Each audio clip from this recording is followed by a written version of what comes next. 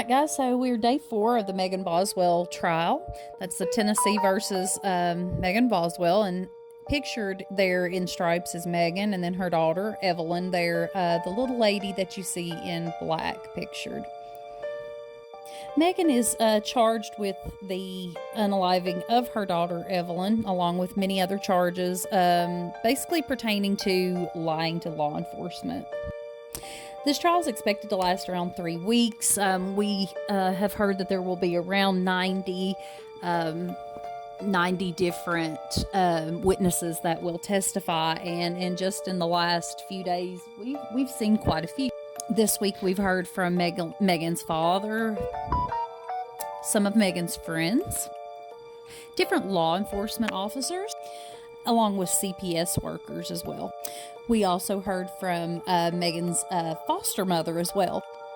In opening statements of this trial, we actually had the defense attorney for Megan Boswell to allude to the fact that there could have been an accident of something that happened to Evelyn, and with Megan being a young adult when this would have occurred, she would have been 18 years old at the time. This could have been something that she didn't know how to handle. He then also alluded possibly to her father having some kind of involvement since the child was on his property, when discovered. More importantly, we also heard from Ethan. That was the person that Megan had claimed was Evelyn's father. Evelyn told many times, numerous times, that Evelyn had left Evelyn with her father, Ethan. Ethan denies this. He actually was in the Army at the time. He was living in the barracks, so it would be really hard for him to have actually taken Evelyn and actually been able to care for her living in the barracks. So far, they've not been able to really paint Megan in a very good light. I will say that many of her friends have testified that they never witnessed any type of abuse or felt like Evelyn was in any type of danger with Megan. These were friends, of course, that had stated this. The prosecution seems to think that, Megan was young, wanted to enjoy her life, not be tied down with a child.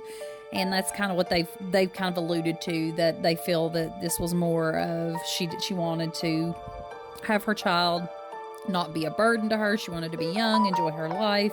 It is reminding me a little bit, you can't help but kind of go back to Casey Anthony a little bit, from all those years ago. And especially just some of the things that you hear, some of the behaviors of this mother, Megan, after her child was no longer alive. And she was going on vacations. Everyone would ask her, "Hey, where's Evelyn? She's with this person," and everything was just, she was somewhat happy. It wasn't that she was seemed to be in a bad mental state of mind, or anything to that effect either. I have been curious as to whether her boyfriend at the time that this occurred, Hunter, would be testifying. But again, this is in the rumor mill. I have no idea if this is accurate or not. But rumor is he will not be testifying, that he, was seeking mental health help, and that he would not be capable of testifying. So I don't know if that is true or not, but that is just something that was a part of the rumor mill that I heard. So, we'll continue to watch, see what happens. Obviously, we will not be in court tomorrow, so we won't hear anything tomorrow going on. But Monday we'll pick back up and kind of go from there. So I'll keep you guys updated. I meant to put an update yesterday. I apologize. But yeah, if you want any more information, hit me up. I'll be keeping an eye on this case and the Megan Boswell trial. And let's pray. Anybody that prays, let's pray for justice for little Evelyn, whatever justice looks like. For that, I know many people, this has been a case that has really upset the community in such a great way. So let's just pray for the community, pray for justice for baby Evelyn.